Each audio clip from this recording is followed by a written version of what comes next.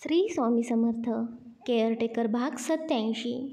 छान कपड्यांची शॉपिंग झाल्यावर मोहिते फॅमिली म्हणजेच मीराची आई श्वेता आणि मीरा मामीला त्यांच्या घरी सोडून आपल्या घरी परत येतात. दिवसभराच्या गोंधळानंतर घरात शांतता पसरलेली असते. मीरा पटकन स्वयंपाकघरात जाते. तिघींसाठीही पाणी घेऊन येते. ती आईच्या समोर बसून म्हणते, आई, आज दिवसभर खूप दगदग झाली ना तुझी. इतका वेळ लागेल असं मलासुद्धा वाटलं नव्हतं गं. आता जेवण झालंयच तर मग तू पटकन गोळ्या घे आणि आराम कर. उद्या आणखीन आपल्याला ज्वेलरीची शॉपिंगसुद्धा करायला जायचं आहे ना. मीराचं बोलणं ऐकून आई हसत हसत म्हणते, अगं मीरा बाळा, तुझंच लग्न आहे, मी दमून बसले तर कसं चालेल सांग बरं. तेच इकडे श्वेतासुद्धा हसते आणि बोलते, हो ना ताई, दिवसभर मी म्हणत होते आईला थोडा वेळ इथे बस, काही खायला आणू का, पण आई अगदी एनर्जेटिक होऊन एक एक कपड्यांमध्ये अगदी रंगून गेलेली होती. श्वेताचं बोलणं ऐकून आई थोडीशी हळू आवाजातच म्हणते, मग बघ मीरा, एक सांगू, एवढा कपड्यांचा खर्च बघून ना खरंच मनात आलं, आपल्यासारख्या साध्या लोकांच्या तर सगळ्या लग्न समारंभातही इतका खर्च होत नसेल आणि इथे तर फक्त कपडेच डिझायनर. श्वेता पण थोडं विचारात बोलते, हो गं ताई, आज मामीसुद्धा म्हणत होती मामासाठी पण डिझायनर घरी येणार आहेत. अजून पाहुणे मंडळी यायचे आहेत, जिजूंच्या आत्यांचे, मामांचे, त्यांच्यासोबतची मुलं, सगळ्यांसाठी वेगवेगळे लुक्स. उद्यापासून पुन्हा घरी लोक येणार आहेत. आईचं बोलणं ऐकून मीरा आईकडे शांतपणे बघते आणि हळूच म्हणते, आई, मला माहिती आहे खूप खर्च होतोय, पण आरवच्या घरी प्रतिष्ठा खूप आहे ना, त्यांचं समाजात नाव आहे, कमावलेलं नाव आहे. त्यांनी त्यांच्या लेवलला साजरं करणं त्यांचं पण बरोबर आहे गं. मी प्रयत्न केला आरवशी बोलायचा, पण तेच मला म्हणाले, मीरा, तू खर्चाचा विचार करू नकोस. तिकडे आई अजून थोडी काळजीने म्हणते, अगं पण एवढा सगळा खर्च, आपला पण काही खर्च आहेच ना. आपले पाहुणे नशीब कमी आहेत म्हणून ठीक आहे, मामा, मामी, सोहम आणि आपण तिघीच. तेच इकडे मीरा म्हणते, आई, मी काय म्हणते, माझ्या 2 मैत्रिणी बोलवू का मी, म्हणजे त्या खूप जवळच्याच आहेत ना माझ्या, त्या आल्या तर मलासुद्धा बरं वाटेल. मीराचं बोलणं ऐकून श्वेतासुद्धा लगेच म्हणते, ताई, अगं मग विचार कसला करतेस, सांग ना त्यांना. मामी कशी आहे आपल्या सगळ्यांना माहितीच आहे ना, आणि आपल्याकडे जास्त बायकांमध्ये कोणीच नाही. आई ही अशा आजारी आणि मी एकटीच, मग तुझ्या मैत्रिणी आल्या तर मलासुद्धा मदत होईल ना आणि तुलाही आधार वाटेल. मीरा स्मित करत बोलते, हो सांगते, अजून 4-5 दिवस आहेत ना, मग फोन करते त्यांना. राज्याध्यक्ष फॅमिली देखील आपल्या शॉपिंगनंतर घरी परत आलेली असते. घरात वातावरण उत्साही होतं, पण आरव मात्र सरळ आपल्या रूममध्ये जातो. त्याला काही महत्त्वाचे ऑफिस कॉल्स करायचे होते. लग्नाची तयारी जोरात सुरू असल्यामुळे त्याचं लक्ष पूर्णपणे ऑफिसमध्ये देणं शक्य नव्हतं, पण कामाचे अपडेट्स घेणं त्याच्यासाठी तितकंच महत्त्वाचं होतं. हॉलमध्ये मात्र सगळे फॅमिली मेंबर्स जमलेले असतात. जगदीशरावसुद्धा हसत म्हणतात, खरंच खूप छान शॉपिंग झाली आज. किती मस्त आयडिया आहे ना, प्रत्येक इव्हेंटसाठी वेगवेगळ्या स्टेटचे लुक्स. म्हणजे आपल्याला आता महाराष्ट्रीयन, गुजराती, राजस्थानी अगदी सगळं काही अनुभवायला मिळणार आहे, तसे कपडे विअर करायला मिळणार आहेत. त्यावर आशा सौम्य आवाजात म्हणते, हो हो, खरंच खूप सुंदर झाले, पण देवाच्या कृपेने असं सगळं काही व्यवस्थित पार पडलं पाहिजे ना. सगळी खरेदी, पूजा, लग्नाचे कार्यक्रम, काहीही उणेपणा राहू नये. तेवढ्यात विशाखा म्हणजेच आशाचा भाऊ विनायकची बायको म्हणते, आई, तुम्ही अजिबात काळजी करू नका. इतकी माणसं तुम्ही कामाला लावलेली आहेत, मग काही कमी पडेल कसं. जगदीशराव पुढे म्हणतात, हो, आणि मी हॉटेल मॅनेजमेंटवाल्यांनाही सांगितलेलं आहे, लग्नासाठी एकदम खास मेनू प्लॅन करणार आहेत ते. उद्या ते लिस्ट घेऊन येणार आहेत, मग बघूया काय काय ठेवायचं. इतकाच विनायक पुढे येऊन म्हणतात, ताई, एक सांगू का, आपली सून मात्र एक पहिल्या नंबरची मिळालेली आहे. स्वभाव खूप गोड आहे तिचा, पहिल्याच भेटीत घरातली वाटली. विनायकचं बोलणं ऐकून तिथेच बसलेली विमल, जगदीशरावांची मोठी बहीण, थोडंसं तोंड वाकडं करत म्हणते, एक नंबर म्हणे. माझ्या मते ती आपल्या स्टेटसला शोभते का म्हणून आरवसाठी तिला पसंत केलं. तेव्हा दादाने मला फोन करून सांगितलं की आरवचं लग्न ठरलं आहे. तेव्हा खरं तर मला ही बातमी ऐकून खूप जास्त आनंद झालेला होता, पण ही अशी मिडल क्लास टिपिकल मुलगी मला पटलंच नाही. विमलच्या त्या उपरोधिक बोलण्याने वातावरणात थोडीशी शांतता पसरते. आशा काही बोलणार होती तेवढ्या जगदीशराव तिच्या आधीच आवाजात शांत पण ठामपणा आणत म्हणतात, अगं विमल, तुला माहिती आहे ना, आशा पण मिडल क्लास फॅमिलीमधून आपल्या घरात आली, पण तिने हे घर किती छान सांभाळलं आहे. दादा आणि बहिणी गेले तरी तिने हे घर एकटीने सावरलं. मीरा पण तशीच आहे गं, कुटुंबाला बांधून ठेवणारी मुलगी. आणि एक गोष्ट विसरू नकोस, आज आरव आपल्यासोबत आहे, आपल्यात आहे, ते फक्त तिच्यामुळे. विमल कडबड आवाजात पुन्हा बोलते, दादा, मला तर काय वाटतं सांगू का? तिने आधी सगळं प्लॅन केलं होतं. आधी आरवला तिच्या प्रेमात पाडलं, मग हळूहळू तुमचं मन जिंकलं आणि आता बघा, घरातली सून झालीच की नाही. एवढा पैसा आणि प्रतिष्ठा दिसली की कोण नाही म्हणे लग्नाला. हॉलमध्ये क्षणभर गारवा पसरतो. सगळेजण थांबून विमलकडे बघतात. तेवढ्यात आशा हळू पण ठाम आवाजात बोलते, विमलताई, तुम्ही खरंच गैरसमज करून घेताय. मीरा तशी मुलगी नाही. खरं तर आरव आणि मीरामध्ये जे आहे ना, ते प्रेमापेक्षा जास्त विश्वास आहे, काळजी आहे, एकमेकांचा आदर आहे आणि सगळ्यात महत्त्वाचं म्हणजे त्यांनी कधीच स्टेटस त्यांच्या नात्यामध्ये आणला नाही. आणि खरं सांगू का तुम्हाला, ज्यावेळी आम्ही हे लग्न ठरवत होतो त्यावेळी मीरा स्वतःच म्हणाली होती, तुम्हा सगळ्यांना माझ्याशी लग्नासाठी तयार राहायला जड जात नसेल ना. मी मिडल क्लास घरातून आलेली आहे. तिलाही हा प्रश्न होता, पण आम्ही तिला कुटुंबातून समजावून सांगितलं, गुणी आहे ती, कुटुंबासाठी बांधून ठेवणारी आहे. जगदीशराव पण मध्येच एक गंभीर नजर टाकत म्हणतात, आणि विमल, एक गोष्ट लक्षात ठेव, जर आज आरव आपल्या घरात आहे, आपल्यात आहे, तर ते तिच्यामुळे. मीरा नसती तर आज आरव कधीच इतका बदलला नसता. आशाच्या बोलण्यानंतर विमल तोंड वाकडं करत खवळलेल्या आवाजात म्हणते, वहिनी, मी काहीतरी चांगलं बोलायला जाते, पण तुम्हाला माझं कधीच पटत नाही. सगळेच माझ्या विरोधात का बोलतात? बाहेरचे लोक काय म्हणतील? एवढ्या गरीब घराण्यातली मुलगी, म्हणजे काही केले का तिनं? तुम्हाला खरंच काही स्टेटसचा माज नाही का? हॉलमधलं वातावरण जरा तणावपूर्ण होतं. काही क्षण कुणीच काही बोलत नाही. तेवढ्यात विमलचा नवरा संजयराव हळूच आशा आणि जगदीशरावांकडे पाहतात आणि नजरेने शांत राहायला सांगतात. मग तो स्वतः पुढे येतो आणि सौम्य पण ठामपणे म्हणतो, विमल, तू मोठ्या घरात जन्मलीस हे खरं आहे, पण सगळ्यांचं नशीब तसं असतं असं नाही. काही हरकत नाही. पण मीरा, ती मनाने श्रीमंत आहे. तिचा स्वभाव, तिची नम्रता आणि कुटुंबासाठी बांधून ठेवणारी वृत्ती हेच खरे धन असतं. आरव आणि आपल्या घरातले सगळेजण जर तिच्यासोबत आनंदी असतील तर तुला नक्की काय प्रॉब्लेम आहे? संजयरावांचं बोलणं ऐकून क्षणभर वातावरण स्थिर होतं, पण विमल सडेतोडपणे उत्तर देते, तुम्ही तर आधी गप्पच बसा. हॉलमध्ये एक तणावाची छाया पसरते. हवेवर जणू एक जडपणा जाणवू लागतो. तेव्हा परिस्थिती हलकी करण्यासाठीच जगदीशराव पटकन विषय बदलत म्हणतात, अरे आता लग्न किती जवळ आलं आहे. विनायकराव, विशाखा, तुमची मुलं आली नाहीत अजून. आणि अगं विमलताई, संजयदाजी, आदित्य आणि काव्या कधी येणार आहेत? जगदीशरावांच्या विनोदी स्वरातल्या या प्रश्नाने सगळ्यांची नजर संजयरावांकडे वळते. संजयराव हसत उत्तर देतात, हो हो, आदित्य आणि काव्या उद्याच येणार आहेत. खरं तर आजच यायचं म्हणत होते दोघं, पण मीच म्हणालो आज नको.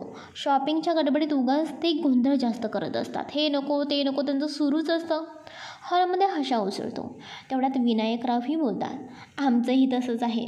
तेजस, तनय आणि सानिकाला आम्ही उद्याच बोलवलं आहे. एकदम फुल पॅक जमणार आहे आता आपलं घर. तेवढ्यात आशा काकू हसत हसतच बोलतात, काय हो, तुम्ही सगळ्यांनी आज तुमच्या मुलांना आणलं असतं तर बरं झालं असतं. त्यांचेसुद्धा कपडे डिझाईन झाले असते. पण हरकत नाही, उद्या ज्वेलरीची शॉपिंग झाल्यावर त्यांना आपण तिकडे पाठवूया, म्हणजे त्यांनाही हवे ते डिझाईन सिलेक्ट करता येतील. आणि हो, ऐकलंत का, अजून बरेच पाहुणे मंडळींना बोलवायचं आहे. काही गडबडीत लग्न ठरते म्हणून सगळं झपाटाने चाललं आहे. कोणीही राहायला नको. सगळ्यांची लिस्ट काढायला हवी. आणि मुख्य म्हणजे तुमच्या आत्यांबद्दल विसरू नका. त्या बाई खूप डेंजर आहेत. त्यांना जर परत कळलं की आरवचं लग्न ठरलं आणि आपण बोलावलंच नाही तर त्या खूप चिडतील. जगदीशराव थोडं हसत म्हणतात, हो गाशा हो, मी आज सगळ्यांना कॉल करतो आणि सांगतो की उद्या संध्याकाळपर्यंत सगळेजण इथे पोहोचा. आशा काकू हातातल्या चहाच्या कपाकडे बघत म्हणतात, चालेल मग, चला तयारी सुरूच ठेवूया. हळूहळू चर्चेचा विषय बदलतो. कोणत्या विधीला कोण असणार, कोण काय जबाबदारी घेणार, केटरिंगचं काय, बँड कोणता, सजावट कशी, सगळं काही सुरू होतं. इकडे मात्र विमल थोडीशी शांत बसलेली, इतरांच्या बोलण्यात फारशी रस घेत नाही आहे. मध्येच एखादा मात्र ती शब्द टाकते. थोड्या वेळाने सगळे एक एक करत झोपायला जातात. खोली शांत होते, पण वातावरणात अजूनही लग्नाची लगबग, गोंधळ आणि थोडीशी अज्ञात उत्सुकता तग धरून असते. दुसऱ्या दिवशी ज्वेलरी शॉपिंग होती म्हणूनच आरवने अगदी आठवणीने मीराच्या घरी गाडी पाठवली होती. लग्न जवळ आलेलं त्यामुळे प्रत्येक गोष्ट खास आणि वेळेत व्हावी याकडे त्याचं पूर्ण लक्ष होतं. ज्वेलरी शॉपिंग म्हटलं की मामी तर तयारच होत्या. आदल्या दिवशी त्यांनी ठणकावून सांगितलं होतं, मी सुद्धा येणार आहे बरं का. सोनं बघायचं म्हटलं की मामी मागे कशी राहणार होत्या आणि तिकडून काहीही मागितलं की मिळतंच, पण नको ते गमवायला असं त्यांना वाटत होतं.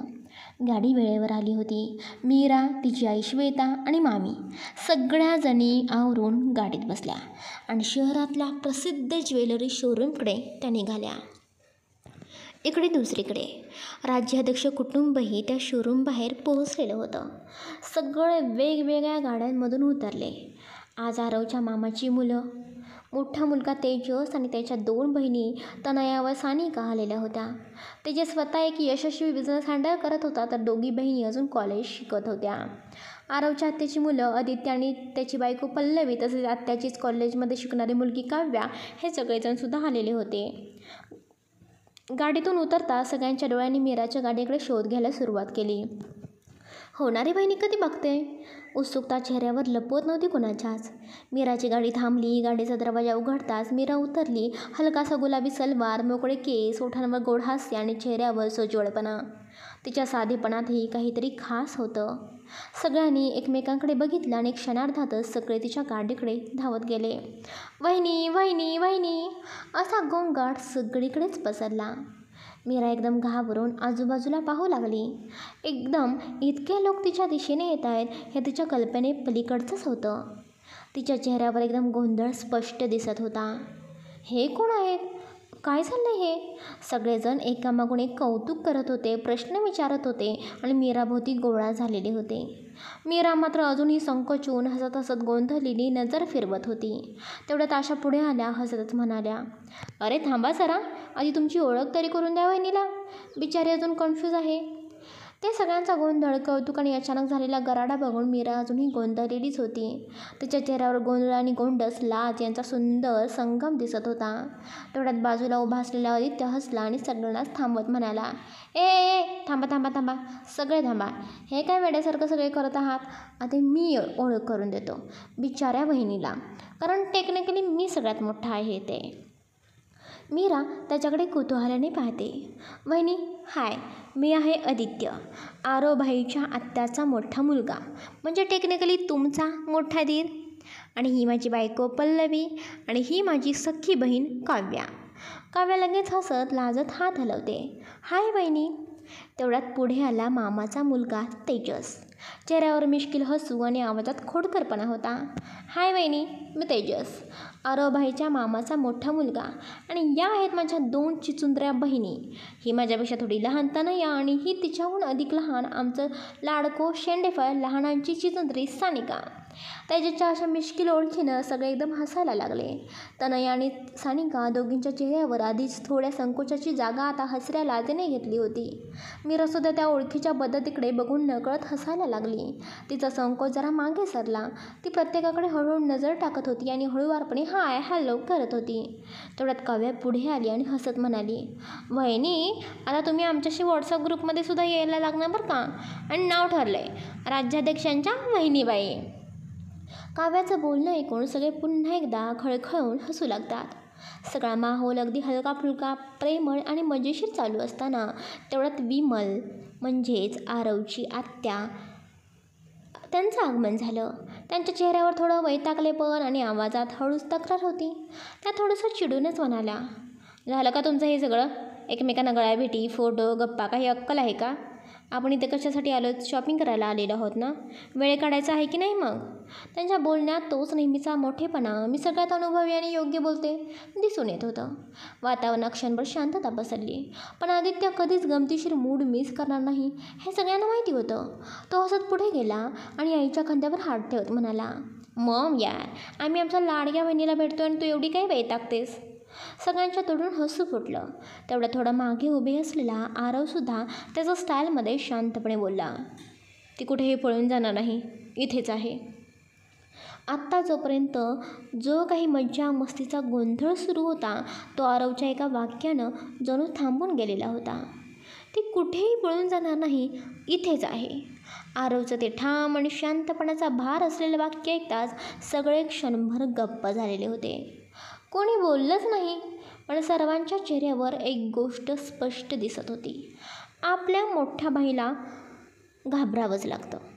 कोणी कितीही खोडकर, बोलघेवडे किंवा वात्रट असले तरी आरव पुढे आला की थोडा आदर आणि थोडीशी भीती दोन्ही जाणवायचीच. आता मात्र सर्व मंडळी म्हणजेच मोहिते फॅमिली आणि राज्याधीश फॅमिली एकत्र ज्वेलरी शॉपकडे निघाले. समोरचं दृश्य जणू स्वप्नासारखं भासत होतं. एक भव्य इमारत, उंच काचेचे दरवाजे, दोन्हीकडे उभे असलेले सिक्युरिटी गार्ड्स आणि वर सुंदर इंग्रजीत कोरलेलं नाव, Tanishq elite fine heritage jewellery. मीरासाठी आणि तिच्या आईसाठी ही अनुभूती अगदी नवीन होती. त्यांच्या संपूर्ण आयुष्यात 1-2 वेळा किरकोळ दागिने घेतले असतीलही त्यांनी, पण असं भव्य शोरूम, अशा क्लासच्या जागेत प्रवेश करणं, तो क्षण खरं तर त्या सगळ्यांसाठीच एक वेगळा होता. मीराच्या मनात नकळत विचार आला, आजवर आपण फक्त शोकेस म्हणून बघत आलो होतो, आज खरंच आपल्यासाठी निवड होणार आहे का? ती नकळत गोंधळली, थोडी लाजली, थोडी हरवली. दरवाजातून आत प्रवेश होता. समोरून एक स्मार्ट आणि प्रोफेशनल दिसणारा सेल्स मॅनेजर पुढे येतो. त्याचं सूट नीट प्रेस केलेलं, गळ्यात ओळखपत्र आणि चेहऱ्यावरती एक व्यावसायिक आदर होता. तो एकदम हसतच म्हणतो, welcome mister Aarav Rajyadhyaksha, we were expecting you, please come in. त्याचा आवाज आत्मविश्वासपूर्ण आणि आदरयुक्त होता. आरव फक्त हलकंसं स्मित करत मान डोलावतो. हे ज्वेलरी शोरूम आरवच्या फॅमिलीचं हमेशाचं होतं. इथे त्यांच्या ओळखीचे आणि विश्वासू लोकच होते. आधीच सगळ्या गोष्टी प्लॅन करून ठेवल्या होत्या, विशेषतः लग्नासाठी खास डिझाईन्स.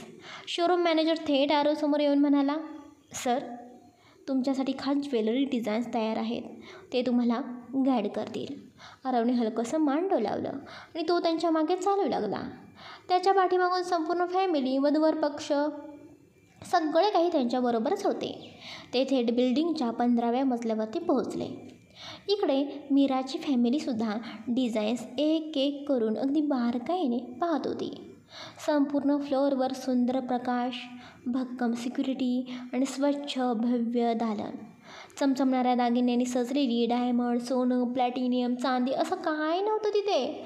प्रत्येक काचेच्या कपड्यात वेगळा सौंदर्य वैभव होता. हे सगळं पाहून मामी तर थक्कच झाल्या. त्यांच्या चेहऱ्यावर स्पष्ट दिसत होतं, हे सगळंच घ्यावं. त्यांच्या डोळ्याचे पारणे फाटले होते. काही मिनटं त्या फक्त नजर भरवून ते सगळं सौंदर्य अनुभवत होत्या. सगळेजण 15व्या मजल्यावर पोहोचतात. ते दार उघडल्याबरोबर समोर एक मोठा प्रेझेंटेशन रूमसारखा हॉल दिसतो.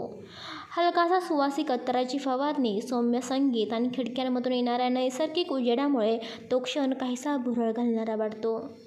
सेल्स मॅनेजर सर्वांना आत घेऊन जातो आणि सरळ एका मोठ्या ग्लास काउंटरसमोर थांबतो. त्या काउंटरमध्ये सोनं, चांदी, प्लॅटिनियम, डायमंड यांच्या असंख्य डिझाईन्स रचून ठेवलेले असतात, अगदी एखाद्या राजवाड्याच्या खजिन्यासारखे. काचेच्या आतले प्रत्येक दागिना स्वतःचाच एक वेगळा इतिहास सांगणारा वाटत होता. त्या मोठ्या काउंटरच्या मागच्या भिंतीवर एक LED स्क्रीन लावलेली होती, जिथे थेट 3D ॲनिमेशनद्वारे वेगवेगळ्या दागिन्यांचे प्रोजेक्ट व्हिज्युअल्स फिरत असतात. प्रत्येक पेटेंट, हार, बांगडी हे डिझाईन्स काहीचं भविष्याचं प्रतिबिंब वाटावं असं.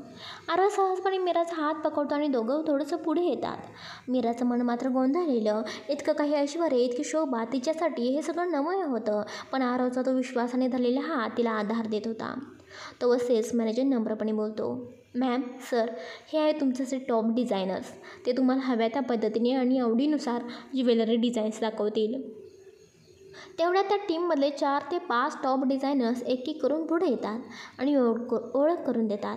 त्यातील एक जण थोडं पुढे सरसावून बोलतो, हॅलो सर, हॅलो मॅम, आम्हाला आधीच सांगण्यात आलं होतं की तुमचं लग्न ठरत आहे, त्यामुळे आम्ही आमच्या काही खास आणि अगदी नॉन कमर्शियल इतर कुठे न वापरलेले डिझाईन्स खास तुमच्यासाठी घेऊन आलेलो आहोत. यापैकी बरेच डिझाईन्स अजून मार्केटमध्ये सुद्धा आलेले नाहीत. तुम्हाला जे आवडेल ते तुम्ही सिलेक्ट करू शकता आणि जर एखादं डिझाईन्स तुम्हाला पूर्ण आवडत नसेल किंवा त्यामध्ये काही तुम्हाला चेंजेस हवे असतील तर आम्ही तेही खास तुमच्यासाठी तयार करून देऊ. मीरा काही क्षण न बोलता त्या प्रत्येक डिझाईनकडे पाहत राहते, डोळे थोडेसे पाणावलेले. हे सगळं तिच्यासाठी होतं. इतकी काळजी, इतकं नियोजन आणि आरवचा इतका विचार. ती नजर हलकेच आरवकडे वळवते आणि तोही तिच्याकडे पाहून मंद हसतो. त्या नजरेत एक विश्वास होता की तू या सगळ्यासाठी लायक आहेस. सगळ्यांची नजर समोर साजेसा दागिन्यांचा भाग मांडलेला होता. वातावरणात एक सौम्य संगीत आणि किंचित उत्साह. तेवढ्यात आशाताई पुढे होता. दागिने तर आपण भरपूरच घ्यायचे आहेत, पण त्याआधी एक सगळ्यात महत्त्वाचा दागिना म्हणजे मंगळसूत्र. तेच खरं सौभाग्याचं प्रतीक असतं आणि यासाठी तर हे सगळं काही सुरू आहे ना. माझं असं म्हणणं आहे की खरेदीची सुरुवात आपण मंगळसूत्रापासूनच करूया, कारण हे लग्नाची खरी ओळख असतं. सगळ्यांच्या नजरा आशा काकूंवर जातात. टॉप डिझायनर्सपैकी एक तरुणी हसून पुढे येते आणि ती डिझायनर्स मुलगी बोलते, हो ma'am, you are absolutely right. अगदी बरोबर बोललात. आमच्याकडे काही एक्सक्लुझिव्ह मंगळसूत्र डिझाईन्स आहेत, अजून कुठेही मार्केटमध्ये न आलेले. मी तुम्हाला तेच दाखवते. ती आणि बाकी 4 डिझायनर्स एक एक करत मंगळसूत्राची वेगवेगळी डिझाईन्स निवडू लागतात. वेल्वेट बॉक्समध्ये काही डायमंड मंगळसूत्र, काही सोन्याची कोरीव काम असलेली, काही 2 वाट्यांची पारंपरिक, तर काही मॉडर्न फ्युजन डिझाईन्स होत्या. मीरा हळूहळू त्या डिझाईन्सकडे पाहते. तिच्या नजरेत आश्चर्य, थोडं संकोच आणि किंचित भीती होती. ती एका डायमंड मंगळसूत्राकडे बघते आणि पुटपुटते, हे खरंच खूप सुंदर आहे, पण हे सगळं खूप महाग वाटतंय. खरंच एवढं महाग घ्यायचं? ते आरवतीचा हात हलकेच धरून घट्ट पकडतो. त्याच्या डोळ्यात आत्मविश्वास आणि जास्त म्हणजे मीरावरचं प्रेम होतं. आरव मीराकडे बघून शांत, हळू पण ठाम स्वरात बोलतो, मीरा, हे फक्त मंगळसूत्र नाही, हे आपल्या नात्याचं, आपल्या आयुष्याचं एक प्रतीक आहे. तू हो म्हटलीस तो क्षण, तोच खरं तर माझ्यासाठी अमूल्य आहे. माझ्यासाठी तुझं सौभाग्य सगळ्यात मोठं गिफ्ट आहे, त्यामुळे याला किंमत नाही. मीरा हलकेच त्याच्याकडे पाहते. तिच्या डोळ्यात पाणी दाटलेलं, पण चेहऱ्यावर एक समाधानाचं हास्य उमटत होतं. इकडे मात्र पाठीमागे उभ्या असलेल्या मीराच्या आईच्या डोळ्यात चटकन पाणी आलं होतं. स्वतःच्या मुलीचं आयुष्य अगदी सुखाच्या दिशेने वळलेलं पाहून त्या शांतपणे डोळे मिटून देवाचे आभार मानत होत्या.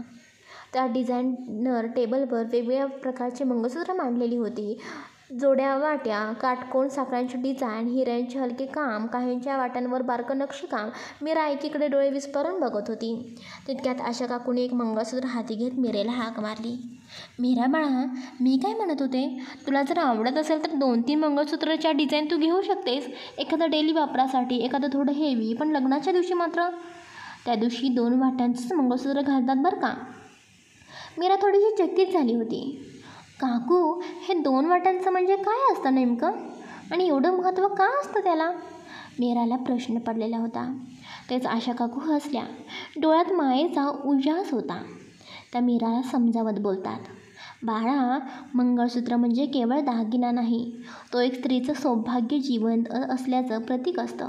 आणि हे 2 वाट्यांचं मंगळसूत्र, त्यातही खूप भावना असते बरं का. मीरा आता पूर्ण लक्ष देऊन ऐकत होती. काकू पुढे म्हणाल्या, ही 2 वाटं म्हणजे 2 जीवांची, 2 आत्म्यांचं एक होणं. एक वाटी पतीचं प्रतिनिधित्व करते तर दुसरी पत्नीचं. जसं विवाह म्हणजे 2 जीवांचं एकत्र येणं, तसं हे मंगळसूत्रसुद्धा त्या एकत्र येण्याचं प्रतीक असतं. या 2 वाट्यांना जुळवलेलं असतं म्हणजे आता हा संसार दोघांनी मिळून चालवायचा हे अधोरेखित करणारं. म्हणून लग्नाच्या दिवशी 2 वाट्यांचंच मंगळसूत्र घालणं ही एक शुभ परंपरा आहे. कधीकधी काही घरांमध्ये या वाट्यात थोडं हळद कुंकू भरून ठेवतात, तर सौभाग्याचं प्रतीक मानलं जातं. काही ठिकाणी या वाट्या रिकाम्या असतात, पण त्यांच्या अस्तित्वाचं पावित्र्य तिथेच असतं. काकूंच्या या शब्दांनी मीरा शांत झाली. तिच्या चेहऱ्यावर एक गूढ परिपक्व हसू उमटलं होतं. काकू, खरंच एका साध्या वाटीत इतकं काही दडलेलं असतं हे मला माहितीच नव्हतं. मीराचं बोलणं ऐकून आशा काकू हसल्या आणि म्हणाल्या, म्हणूनच मीरा बाळा, लग्न म्हणजे केवळ विधी नव्हे, तर एक नवा अध्याय, आणि हे मंगळसूत्र म्हणजे त्या अध्यायाचं पहिलं पान. ते तिकडे डिझायनर बोलते, मॅम, तुम्हाला 2 वाट्यांचं मंगळसूत्र हवं आहे ना, तर मग मी तुम्हाला खास डिझाईन दाखवते. पण एक सांगू, तुम्ही सांगितलं ना की 2 वाट्यांचं मंगळसूत्र तुमच्यासाठी भावनिकदृष्ट्या महत्त्वाचं आहे, मग ते सोन्याचंच असलं पाहिजे. डायमंड बघू नका. त्या परंपरेचा अर्थ सोन्याच्या मंगळसूत्रातच जास्त लपला जातो. मीरा हसत हळूच म्हणाली, हो चालेल. आशाच्या इशाऱ्यावर लगेच 4-5 टॉप डिझायनर्सनी 2 वाट्यांच्या मंगळसूत्राचे खास डिझाईन समोर मांडले. प्रत्येक मंगळसूत्र मीरा अलगद गळ्यात घालून आरशात निहाळत होती. काही क्षणांनी ती नकळत आरवकडे वळून त्याच्या डोळ्यात उत्तर शोधायची. आरवसुद्धा त्या प्रत्येक डिझाईनकडे बारकाईने पाहत होता. त्याला एक डिझाईन विशेष भावलं, पारंपरिक ढंगातलं, तरीही एक प्रकारचं गोड सौंदर्य असलेलं. त्याने नजरेनेच मीराला हेच छान आहे असं सुचवलं. मीराही गालात हसत तेच डिझाईन फिक्स केलं. त्याच डिझायनरने मग मीरासाठी एक मोठं पारंपरिक घंटन मंगळसूत्रसुद्धा दाखवलं. ते सुद्धा तिने मान्य केलं. हळूहळू सेट तयार होत होता. छोटं मंगळसूत्र, मोठं घंटन, जोडवी, मासोळ्या, पैंजण. मीराचं लक्ष सतत आरवकडे असावंच. ती प्रत्येक वेळेस नजरेनेच त्याला विचारायची, हे ठीक आहे का? आणि आरव त्या प्रत्येक नजरेला एका हलक्याशा मान डोलवल्यानं उत्तर द्यायचा. पण आशा काकूंनी हे सगळं जरा जास्तच मनावर घेतलं होतं. मीरानं नको म्हटलं तरी त्यांनी तिच्यासाठी भरपूर दागिने घेतले होते. डायमंड सेट, सोन्याच्या बांगड्या, कमरपट्टा, बाजूबंद, कानातले, एक एक वस्तू खास आवडीने निवडून घेतल्या. मीराच्या दागिन्यांची सगळी शॉपिंग आता पूर्ण झालेली होती. एक एक निवड इतकी खास होती की तिच्या चेहऱ्यावर समाधान स्पष्ट दिसत होतं. तेवढ्यात आरवसाठीही खास शॉपिंग सुरू झालं. त्याच्यासाठी एक क्लासिक सोन्याचा कडा, एक स्टायलिश चेन आणि एक रेखीव अंगठी घेतली होती. साधेपणातही उठून दिसणारी. मग दोघांनी एकत्र बसून एंगेजमेंटची अंगठी निवडली. आरवला नको तितका फॅन्सी नको होतं आणि मीराला तिच्या हाताला शोभणारी काहीतरी हवं होतं. शेवटी दोघांचं मन एकाच रिंगवर स्थिरावलं. एक सुंदर एलिगंट डिझाईन. त्याचवेळी जगदीशराव आणि आशा काकूंनी एक छोटा पण फारच मनाला भावणारा निर्णय घेतलेला होता. घरामध्ये जे जे आपले अगदी जवळचे पाहुणे आहेत, म्हणजेच मीराचे मामा मामी आणि आरवचे आप्तेष्ट, त्यांच्यासाठीच त्यांनी प्रत्येकासाठी एक छोटा का होईना पण लक्षात राहील असा दागिना घेण्याचं ठरवलं. फक्त 2 माणसांचं लग्न नसतं, 2 कुटुंबाचं असतं, असं आशा काकू हसत म्हणाल्या होत्या. त्यामुळे तिथे असलेल्या आणि जे पाहुणे लवकरच येणार होते अशा सर्वांसाठी स्त्रियांसाठी एक वेगळी नाजूक सोन्याची साखळी कानातले आणि पुरुषांसाठी एखादी बारीक कडा, अशा प्रकारे एक एक निवड करून ठेवली जात होती. जणू काही या लग्नात प्रत्येकजण खास आहे हे सांगायचा छोटासा प्रयत्न होता. कालच इंडस्ट्रीमधले, बिझनेसमधले आणि घरातील लांबचे पाहुणे सगळ्यांसाठी खास कपडे घेतले होते. प्रत्येक पाहुण्यांच्या व्यक्तिमत्त्वाशी जुळणारे फॅब्रिक, रंग आणि स्टाईल याची काळजी घेतली जात होती. पण तरीही आशा आणि जगदीशराव यांच्या मनात एक विचार घोळत होता. एवढ्या मोठ्या बिझनेसमॅनचं लग्न आहे, फक्त कपडे देऊन भागेल का? आशा काकू हळूच म्हणाल्या. जगदीशराव देखील विचारात होते. त्यांचं बोलणं डिझायनरशी सुरू होतं. कपड्यांसोबत छोटं का होईना एक दागिना तर दिलाच पाहिजे ना, एखादं लक्षात राहील असं काहीतरी गिफ्ट. जगदीशराव, आशा आणि डिझायनर्स यांचं बोलणं मीराने ऐकलं होतं. ती तिथेच उपस्थित होती, शांतपणे ऐकत होती, पण तिचं डोकं विचारात गुंतलेलं होतं. तेवढ्यात एक कल्पना तिच्या मनामध्ये आली आणि ती पटकन आशा आणि जगदीशरावांकडे बघून बोलली. आई, मी एक सांगू का? आपण सोन्याचंच काहीतरी द्यायचं म्हणत आहोत ना, मग छोटीशी स्वामी समर्थांची सोन्याची मूर्ती द्यावी का? मला वाटतं हे खूप खास आणि शुभ वाटेल. सगळे एकदम स्तब्ध झाले. क्षणभर शांतता पसरली आणि मग आशा काकूंचा चेहरा खुलला. अगं, ही तर कल्पना तर कमाल आहे, त्या भारावल्या स्वरात म्हणाल्या. आमच्या डोक्यात आलंच नव्हतं असं काही. छोटीशी का होईना पण स्वामी समर्थांची मूर्ती सोन्याची एखाद्याला अशी भेट मिळाली तर ती त्याच्या आयुष्यातली एक आठवण बनते. आणि आपल्या मुलांचं लग्न स्वामींच्या आशीर्वादाने सुरू झालं, याहून मोठं काय? जगदीशरावांनीही हसून मीराकडे कौतुकाने पाहिलं. खरंच फार सुंदर कल्पना आहे ही. यात भावना आहे, आपलेपण आहे आणि शुभतेचा स्पर्श आहे. तेवढ्यात आशा काकू वळल्या आणि डिझायनर्सकडे बघून म्हणाल्या, एक काम करा, तुम्ही असं करा, साधारण 5,000 छोट्या पण आकर्षक आणि सुबक अशा स्वामी समर्थांच्या सोन्याच्या मूर्ती तयार करा. आमच्याकडे जे काही जवळचे पाहुणे येणार आहेत ना, त्यांना हे भेट द्यायची आहे. डिझायनर्सने मान हलवली. हो मॅडम, नक्कीच, आम्ही डिझाईन बनवून दाखवतो. कालच मेकअप आर्टिस्टने प्रत्येक ड्रेससाठी मॅच होणारी ज्वेलरी फायनल केली होती, त्यामुळे ती ज्वेलरी वापरण्यात ठरवण्यात आलं. आजचा दिवस होता केवळ कायमस्वरूपाचे जपण्यासाठी लागणाऱ्या सोन्याच्या दागिन्यांची निवड करण्याचा. गंठण, जोडवी, बांगड्या, बाजूबंद, नथ, कर्णफुले सगळं अगदी बारकाईने निवडलं गेलं होतं. एक एक दागिना आता फायनल झाला होता आणि शेवटी सगळ्यांच्या चेहऱ्यावर एकच भाव होता. आता खरंच सगळी तयारी झाली. शॉपिंगमधून बाहेर पडताना आशा काकूने एक कटाक्ष मागे उरलेल्या मुलांकडे टाकला आणि त्या हसत म्हणाल्या, अरे मुलांनो, काल तर तुम्ही कपड्यांच्या शॉपिंगसाठी नव्हता ना? काही हरकत नाही, आरव तुम्हाला ॲड्रेस पाठवेल. त्या ठिकाणी तुम्ही जा आणि डिझायनर्सला सांगून हवे ते कपडे तुम्हाला निवडा. 4-5 दिवसात तयार करून कपडेसुद्धा येतील. हो, चालेल. सगळे एकसुरात ओरडले. उत्साह, मस्ती आणि थोडंसं मीरा आरवचं लग्न आपलं आहे असा आनंद त्यांच्या नजरेमध्ये होता. आरवने लगेच आपल्या ड्रायव्हरला फोन लावला. कार फाटव, त्यांना मॉलमध्ये सोड. थोड्याच वेळात गाडी आली. सगळेजण मस्ती करत हसत खेदळत गाडीत बसले.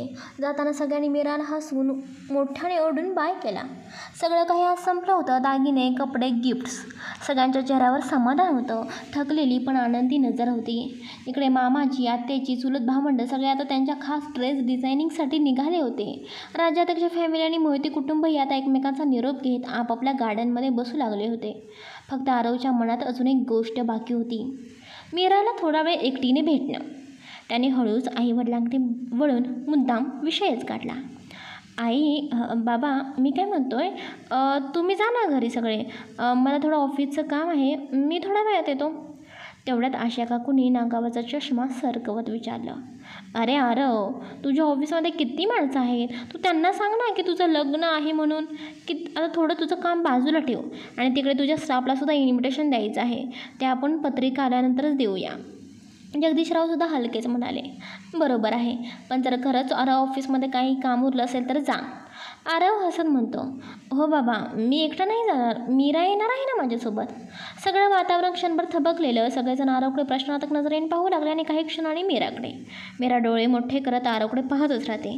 तेच वसुधा मामी आरवच्या मिश्किल स्वभावाला ओळखून लगेचच बोलतात, खरंच ऑफिसचं काम आहे की काही वेगळंच? आशा काकूही हसत म्हणाल्या, वसुधा, अगं याचं हे असंच असतं, होणाऱ्या बायकोशिवाय याला काही सुचतच नाही. बरं आहे, लग्नाच्या आधी हे 2 दिवससुद्धा एन्जॉय करू देत. एकदा लग्नाचे विधी सुरू झाले की मग वरूनसुद्धा भेटायला मिळणार नाही बरं का. त्या हलकेच आरवच्या खांद्यावरती हात ठेवत म्हणतात, तुम्ही दोघं भेटा, पण आरव, मीराला नीट घरी सोड आणि मगच घरी ये, समजलं? हो आई, चालेल, आरव हसत उत्तर देतो. मीराच्या आईनेही प्रेमळ कटाक्ष टाकत मीराला सांगितलं, जा पण वेळेत घरी ये. निरोप घेऊन मोहिते फॅमिली आणि राज्याध्यक्ष फॅमिली त्यांच्या गाड्यांमध्ये बसून निघून गेले. हळूहळू शोरूमचा परिसर रिकामा व्हायला लागला. आता फक्त आरव आणि मीरा तिथे उभे होते. घरचे सगळे निघून गेल्यावर वातावरणात एक वेगळी शांतता पसरलेली होती. मीरा आरवकडे रोखून बघत होती. डोळ्यात किंचित राग आणि नाराजगी दाटून होती. आरव, प्रत्येक वेळेस तुम्ही असं सगळ्यांच्यासमोर प्रॉब्लेम कसा क्रिएट करत असता हो? हात धरता, आता तर थेट थांबूनच टाकलं. घरचे काय विचार करत असतील? अजून 10 दिवस दम नाही का निघत तुम्हाला? आरव थोडा वेळ शांत राहिला.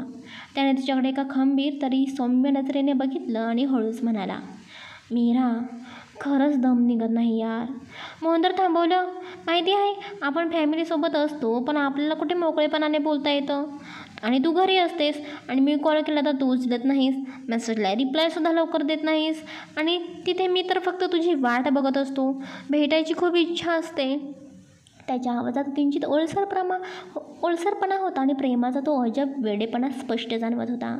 मीरा त्याचं बोलणं ऐकून थोडीशी हलली, पण चेहऱ्यावर अजूनही भाव थोडे कडक होते. आरव, आता या तुमच्या वागण्याला काय नाव द्यायचं हो? तेच मला समजत नाही आहे. आरव हलकेच म्हणाला आणि जवळ येत म्हणाला, हा प्रेमाचा वेडेपणा समज. चल, आपण कुठेतरी जाऊन बसूया, फक्त तू आणि मी. मीरा भुवया उंचावत त्याच्याकडे संशयाने बघते. थोड्या मिश्किल सुरात बोलते, आता कुठे जायचं आहे तुम्हाला? आरव क्षणभर थांबला आणि मग एकदम शांत स्वरात म्हणाला, मंदिरात जाऊया. त्याचं हे वाक्य ऐकून मीरा स्तब्ध झाली. मंदिर? ती हळूच कुजबुजली. त्याचं वाक्य आणि स्थळ दोन्ही तिच्या मनाला चाटून गेलं होतं.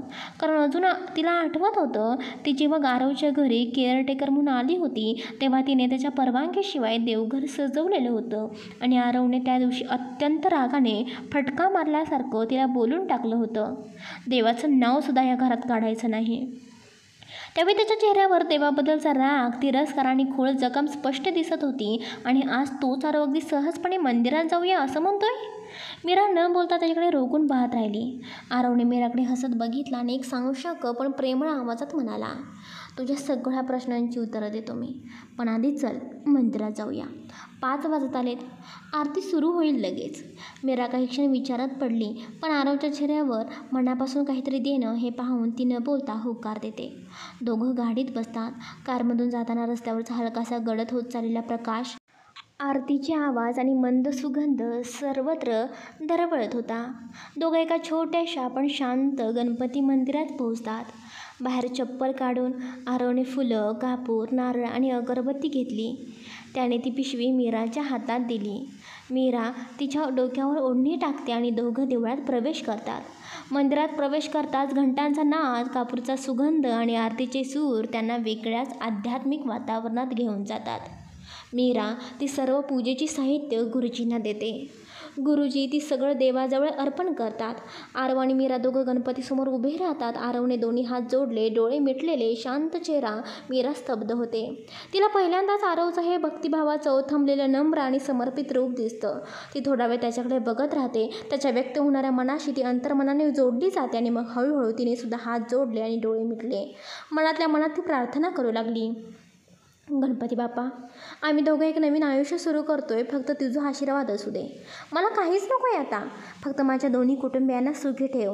आणि आरव, त्याचं प्रेम कायम असू दे. त्याच्यावर कोणतंही संकट येऊ नये. ती बोलून संपते आणि डोळे उघडते. बाजूला बघते तर आरव अजूनही डोळे मिटून हात जोडून उभा. आरव आता अंतर्मनातून बोलत होता. गणपती बाप्पा, 15 वर्ष झाली मी तुझ्या मंदिरात आलेलो नाही. तुझी मूर्ती घरी नाही, मनात नाही. पण कारण तुलाच माहिती आहे, मी रागावलो होतो, निराश झालो होतो. पण आज मी स्वतःहून आलो आहे तुझ्या दारी. तू माझ्या आयुष्यात मीराला पाठवलंस.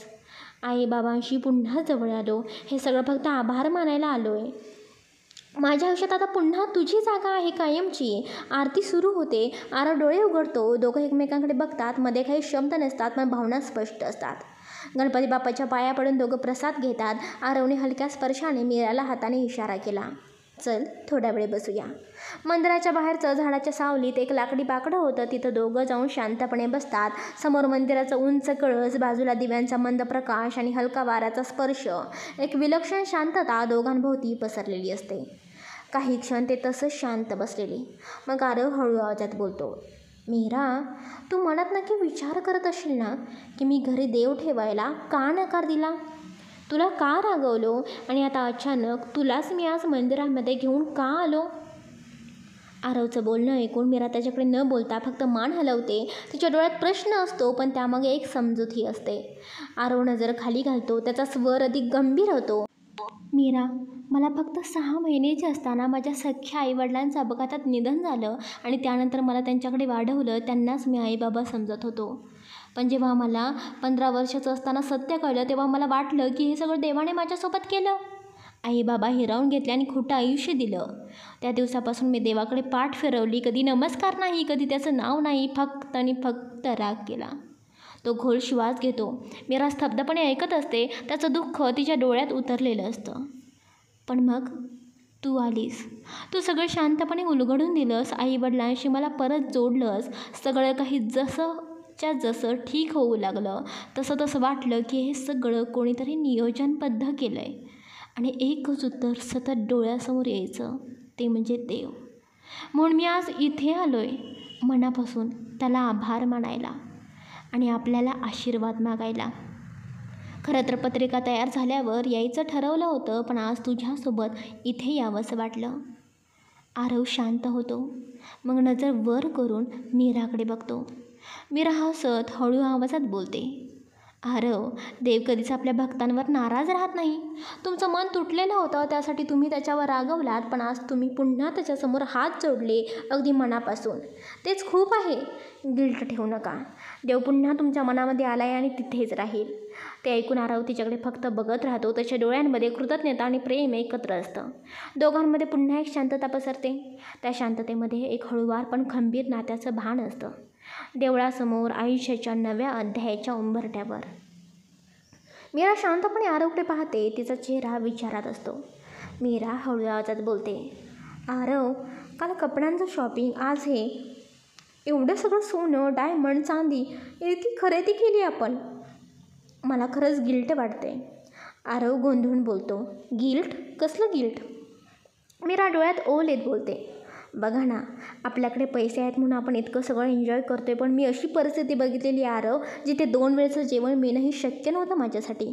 आई आजारी असताना मी कॉलेज करून काम करत होते. त्या दिवशी मी गळ्यातलं एक चेन विकून औषधं आणली होती. ती श्वास घ्यात थांबते. आरव तिच्याकडे काळजीने पाहत असतो. आज एका दिवशी एवढा पैसा खर्च केला. भले ते तुमचे पैसे असतील, पण खरंच मला थोडं वाईट वाटतं आहे. असं वाटतं हेच पैसे कुठेतरी एखाद्या गरजूसाठी गेले असते, एखाद्या अनाथांच्या जेवणासाठी, शिक्षणासाठी वापरले गेले असते. आरव थोडा गंभीर हो तिच्या हातावर हात ठेवतो. मीरा, मीरा त्याच्या नजरेत नजर घालून बोलते. मला मान्य आहे तुम्ही प्रतिष्ठित आहात आणि लग्नसुद्धा तसंच भव्य असायला हवं, पण काहीतरी मनात टोचतंय. मला आतून शांत वाटत नाही. मला असं वाटतं आपल्या लग्नाच्या निमित्ताने आपण काहीतरी चांगलंही केलं पाहिजे, कुणासाठी तरी जे खरंच गरजू आहेत. आरव हळू आवाजात बोलतो. हो मीरा, तू अगदी बरोबर बोलत आहेस. तुझं म्हणणं मला सुद्धा पडतं आहे. पण मीरा, डोंट वरी. तुला इतकं गिल्ट वाटतं आहे ना, तर यावर एक सोल्युशन आहे माझ्याकडे. मीरा थोडी चकित होऊन बोलते. सोल्युशन? कसलं सोल्युशन आरव? आरव गंभीर होऊन बोलतो. मी काय म्हणतो आहे, आपल्या लग्नाचे सगळे विधी फंक्शन्स 5 तारखेपासून सुरू होणार आहेत, तर त्यात एक मोठा डिसिजन घेऊया. कसला डिसिजन आरव? मीरा, मी या वर्ल्डमधला टॉप बिझनेसमॅन आहे. पैसा आहे माझ्याकडे. हो, मी आजवर अनाथ आश्रमांना गरजूंना मदत करत आलो आहे, पण आता मला एक तू नवीन दृष्टी दिलीस. मी विचार करतो आहे आपण एखादं खूप मागास गाव दत्तक घेऊया, जिथं लोकांना पिण्यासाठी पाणी नाही, अन्न नाही, शिक्षण नाही. अशा गावात आपण प्रत्येक महिन्याला अन्नधान्य पुरवू. तिथं हॉस्पिटल, शाळा, मुलांसाठी शिक्षण यांची सोय करूया. मीरा थोडी विचारात पडते. आरव, ही आयडिया जबरदस्त आहे, पण असं व्हायला नको की आपण फक्त सगळं देऊन टाकलं आणि त्यांना सवय लागली बसून खायची. मग त्यांचं स्वतःचं स्वाभिमान, श्रम यांना काय अर्थ राहील? आरव हसत बोलतो. अगं, मी पण तेच म्हणतोय. सुरुवातीचे 4 ते 5 महिने अन्नधान्य आपण त्यांना देऊ, मग त्याचवेळी त्यांच्यासाठी तिथंच रोजगार निर्मिती आपण करू. जसं की घरातल्या बायकांना घरबसल्या काम देता येईल. छोट्या मॅन्युफॅक्चरिंग युनिटसुद्धा आपल्याला सुरू करता येईल. एक स्टार्टअप मॉडेल आपण उभं करू आणि हळूहळू सगळं गाव स्वतःच्या पायावरती उभं राहू शकेल. त्यानंतर ते आपले गरजेनुसार उत्पन्न कमावतील आणि त्यांच्या मुलांना आपण मोफत शिक्षणही देऊ. मीरा डोळे पाणावून बोलते. आरव, खरंच ही कल्पना खरंच छान आहे.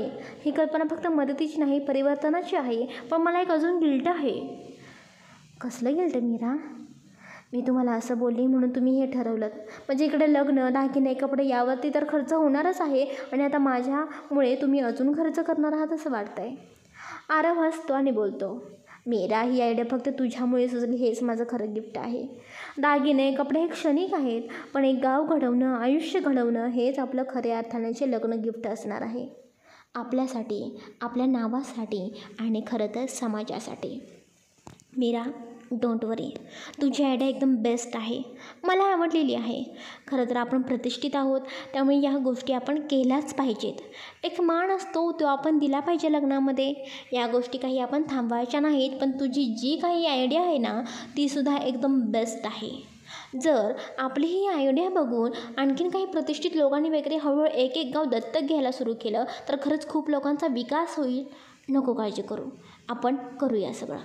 आरवचे बोलणे ऐकून मीरा खुश झालेली होती. खरंच गरीब लोकांना मदत मिळणार म्हणून तिला खूप छान वाटत होतं. चला तर मग काय, असं दागिन्यांची शॉपिंग संपली आणि त्याचबरोबर आरव आणि मीराने एक गाव दत्तक घेण्याचा निर्णयही तुम्ही घेतलात. ही कल्पना तुम्हाला कशी वाटली? खरंच सांगायला विसरू नका. खाली कमेंट्समध्ये तुमचं नक्की उत्तर लिहा. आणि फक्त एवढंच नाही, जर तुमच्याकडे सुद्धा काही नवीन युनिक आयडिया असतील ना, ज्या आपण आरव मीरा यांच्या लग्न समारंभात समाविष्ट करू शकतो, तर त्या आयडियाज नक्कीच तुम्ही मला शेअर करा. आणि हो, फक्त जुनी सगळीकडे ऐकलेली आयडिया नका देऊ बरं का. तुमच्या गावात, तुमच्या भागात काही खास परंपरा, रिवाज किंवा खास क्षण असतील ना, त्या मला नक्कीच सांगा. कारण शेवटी हे लग्न फक्त आरव आणि मीराचं नाही, हे आपल्या सगळ्यांचंच आहे. मग तुमचं नाव, तुमची आयडिया पात्रांमध्ये हवी असेल तर काहीतरी भन्नाट, वेगळं आणि मनाला भिडणारं सुचवा. चला तर मग भेटू पुढच्या बघा. तोपर्यंत लाईक करा, शेअर करा आणि आपल्या चॅनलला नक्की सबस्क्राईब करायला विसरू नका. Love you so much. Take care and जय महाराष्ट्र.